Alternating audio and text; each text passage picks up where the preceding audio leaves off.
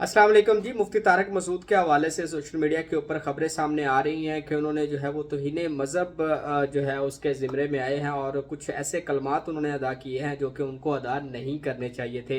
एक बयान के अंदर ये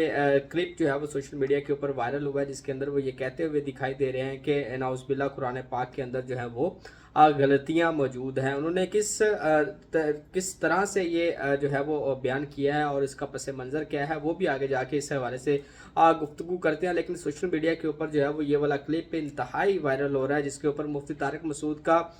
एक बयान भी सामने आया है। उन्होंने बाकायदा तौर पे मुआफ़ी भी मांगी है और उन्होंने ये भी कहा है कि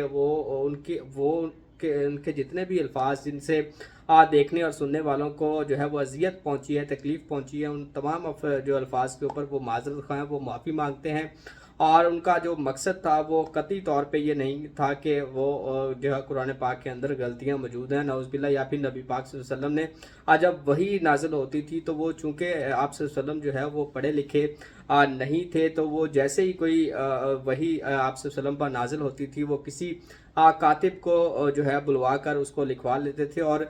बसा औकात वो ये कहते हुए दिखाई दे रहे हैं कि वो जब वो कातिब लिख रहे होते थे तो ग्रामेटिकली जो है उसमें बहुत सारी गलतियां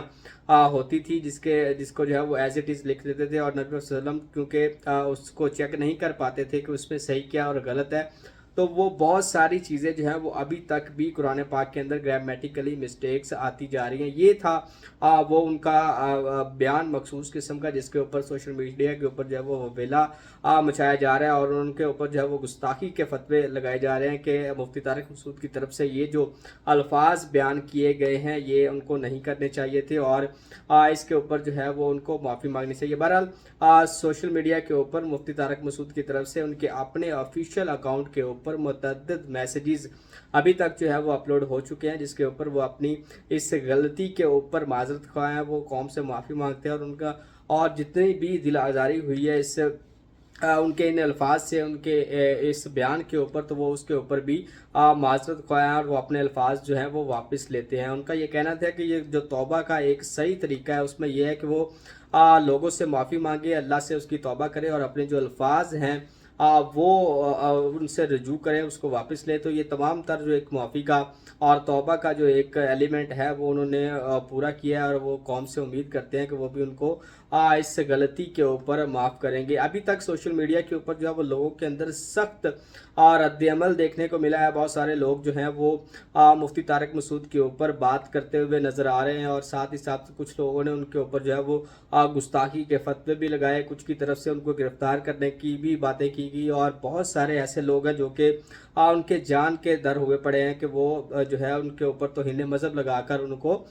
नुकसान पहुंचाया जाए और उनकी जान ली जाए। लेकिन अभी तक जो है वो मुफ्ती तारिक मसूद की तरफ से मुआफ़ीनामा जो है वो आ चुका है और उन्होंने अपनी तमाम तर जो भी उसके अंदर गुफ्तगू की है उसके ऊपर माफ़ी भी मांगी है। तो और कौम से ये उम्मीद भी करते हैं कि वो